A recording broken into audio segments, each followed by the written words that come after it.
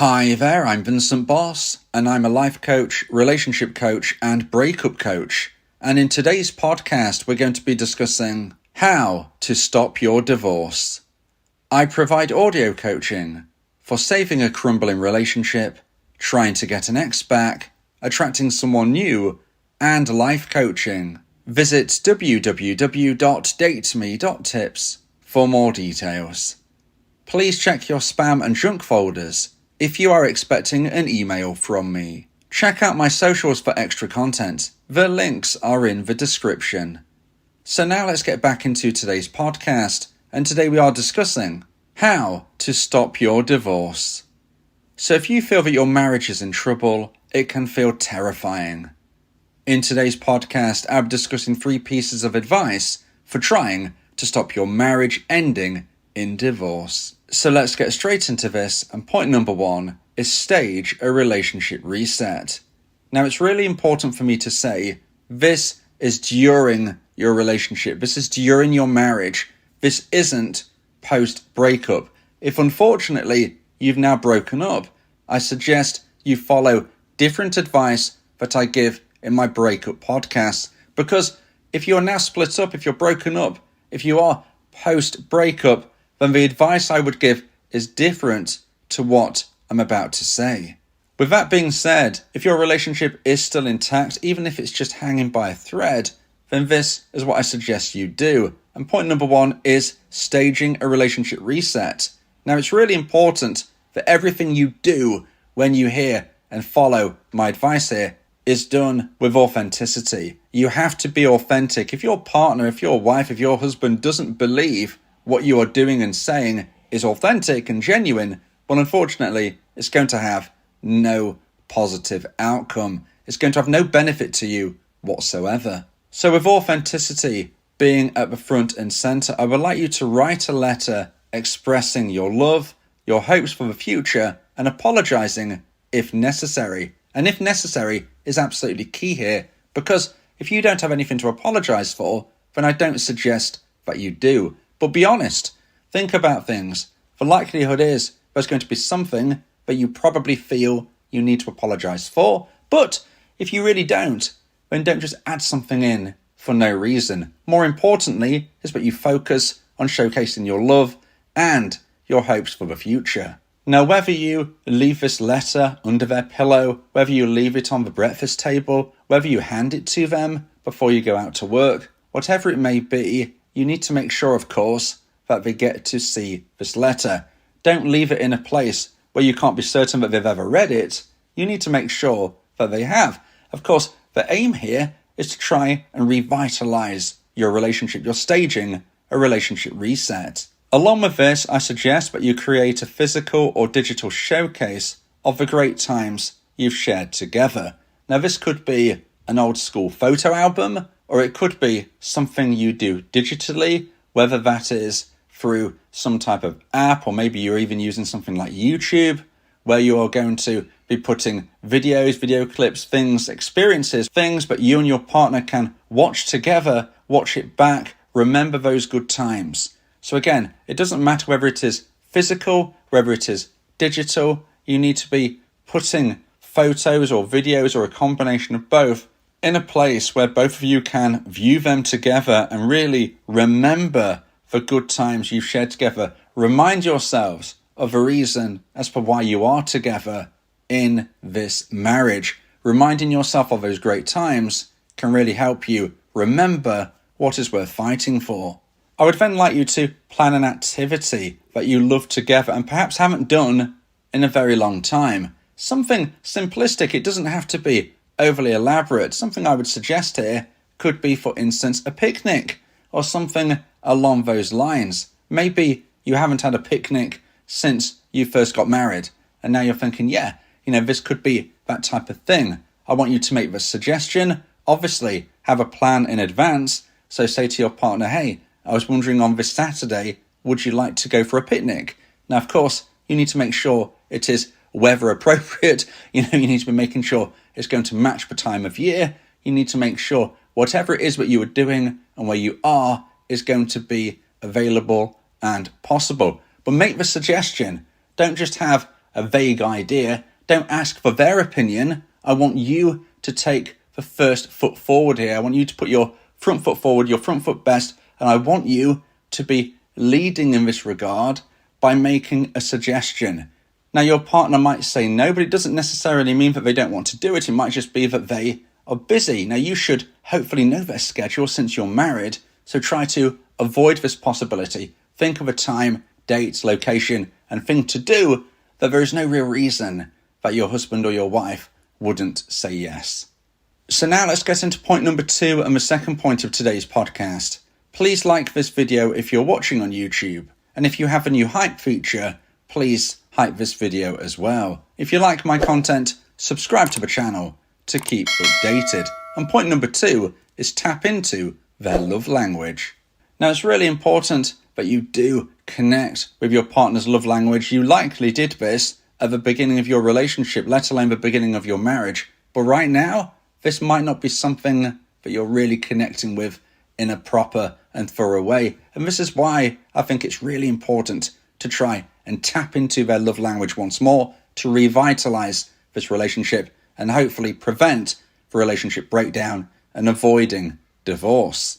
Now, if you believe that your wife or your husband has a love language of words of affirmation, I would suggest that you start each day by telling your spouse something that you genuinely admire or appreciate about them.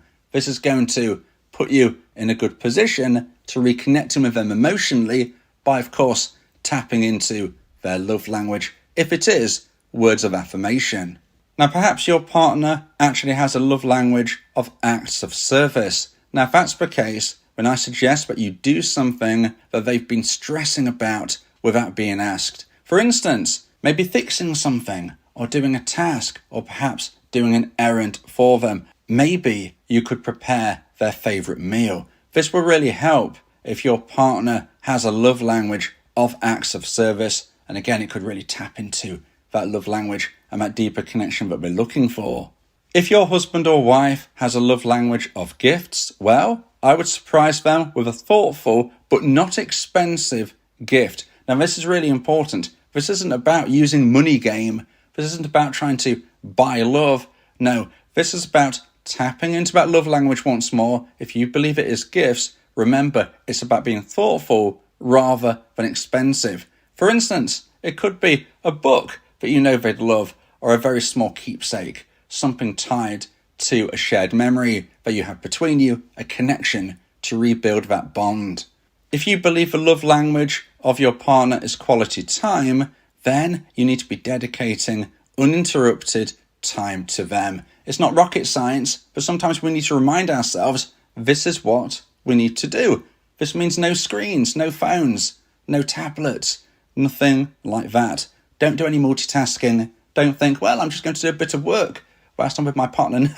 No, you need to be spending quality time dedicating it to your partner. Just be present and make sure that you are listening. It's so important to listen and not just be there. Now, if you believe that your spouse has a love language of physical touch, well, this is where you need to be offering hugs, making sure to remember to hold their hand, and even offer something such as a massage.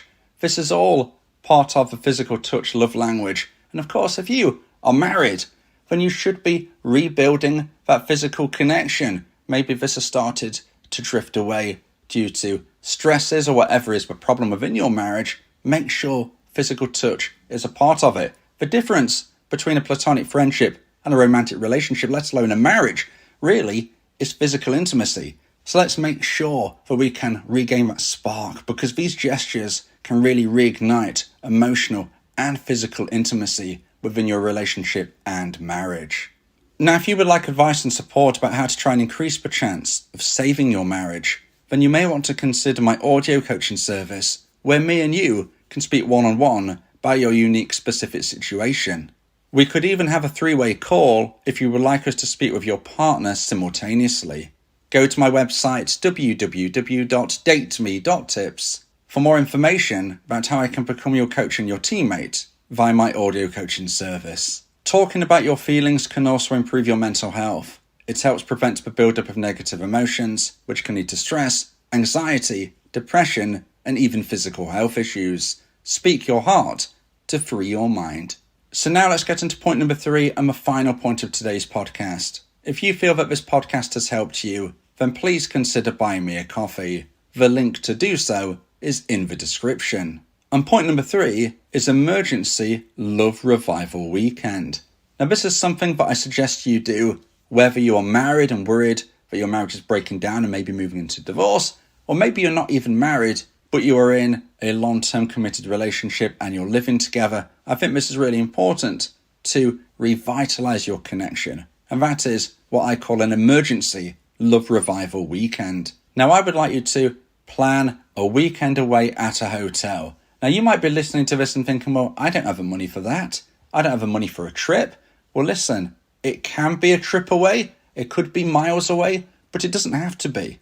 It could be in a 5-star, incredible, swanky hotel, but it doesn't have to be. Now, don't get me wrong, I don't suggest you go somewhere where it's 1 star and it's going to be dirty and horrible, no. But you don't have to spend the earth. My point is, yes, you could go far away and incorporate this into an actual trip together, but it could actually be in your own town. The point is not where you're going per se, it's just the fact that you're having a change of scenery. Packing the suitcases can be really exciting, even if you're just going down the road. It's just the thought of spending the night somewhere else other than your bed. It's about going somewhere, like I said, packing the suitcase, doing a little bit of travelling, even if it's just 5 minutes, or it could be 5 hours. Getting to where you need to be, unpacking the suitcase, and feeling that you have different surroundings and the bond hopefully feeling electrified due to the fact you have that different scenery, even if it's just in a different hotel room in comparison to your normal bed, which is just a few minutes away. When you get there, I would like you to switch off all electronics, get rid of all distractions. No electronics, no screens, nothing to distract you. It's just about you and your partner. It's about rebuilding that spark, rebuilding that intimacy, feeling that electric vibe that maybe you didn't have for a very long time. Remember, you're together, you're married. There's got to be something between you which you can tap into from the past which feels electrifying. You can get it back. You had it before. It's something built inside you. The stresses of life have unfortunately unraveled your relationship to some degree, but you're still there. Remember, you haven't broken up. This is something which can be saved. That's why I call it an emergency love revival weekend, because we really want to tap into that physical intimacy, that spark, that electricity. And you can do it very close to home. It's about a change of scenery. It doesn't have to be a change of location, although it can be. If you have the time, if you have the money, you can make this into a holiday or vacation. But if you can't, well, you can still gain the benefits. I suggest you do this once a month, and therefore you probably can't afford, whether it's money or time, to go too far away every single month. But I'm sure you can go just down the road. Maybe where you live, there are 10 hotels within a 10-minute drive. Why not try and visit them all? And maybe you could even play a game where you rate them and give them reviews and see how you feel about each one. Maybe that's something you could do together now as a challenge, as some fun. The main thing about today's podcast is trying to stop your divorce. That means you are still in a relationship, you are still in a marriage. And if you can regain that spark emotionally, physically, intimacy-wise, you can prevent divorce from happening.